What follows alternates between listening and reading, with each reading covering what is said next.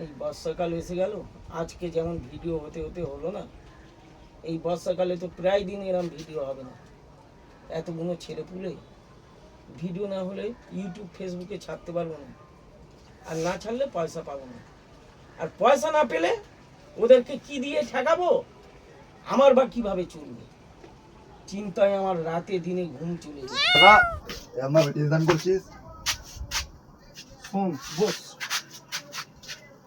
এই যে বর্ষাকাল এসে গেল, আজকে যেমন ভিডিও হতে হতে হলো না, এই বর্ষাকালে প্রায় দিন বৃষ্টি হবে, আর বৃষ্টি হলে ভিডিও করা যাবে না। আর ভিডিও না হলে তোর, দেব, চটার, মেঘনাথের আর আমার কি করে পেট চলবে?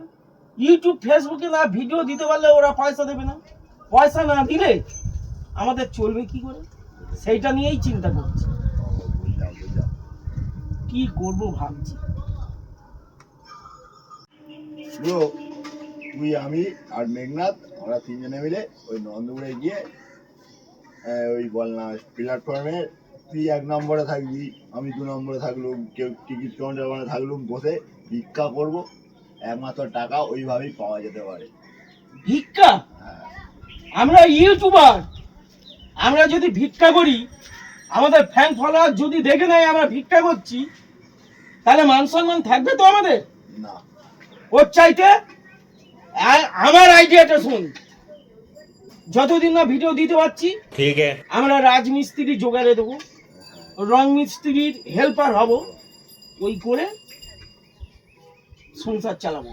আর যদি বৃষ্টি না হয় সেই সময় ওই কাজ করতে করতে ভিডিও করে নেবো, একটা আধটা কাজের ফাঁকে টিফিন খাওয়ার সময় ভিডিও করব, তাহলে আমাদের চলে যাবে। এই বর্ষাকালটা এইভাবে চালিয়ে নিই।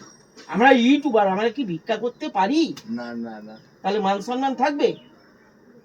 ঠিক আছে, আমি শোন, রবিউলকে ফোন করছি রাত্রিরে গিয়ে, তাহলে রবিউলকে বলে কাল থেকে মেঘনাথ, তুই, আমি আর ছটা রাজমিস্ত্রি জোগাড়ে দেবো, আর জোগাড়ে দিতে দিতে খাবার টাইমে একটা করে ভিডিও করে নেবো, ওই ধীরে গতিতে চলুক ফেসবুক ইউটিউব। একদম। তারপর বর্ষা কমে গেলে রানিং ভিডিও করব, তখন ডলার আর ডলার, ডলার আর ডলার পকেট ভর্তি হয়ে যাবে। একদম একদম। ঠিক আছে, ভিক্ষার কথা মাথায় জানবি না, বর্ষাকাল তাই বলে কি ভিক্ষা করতে হবে? না না না।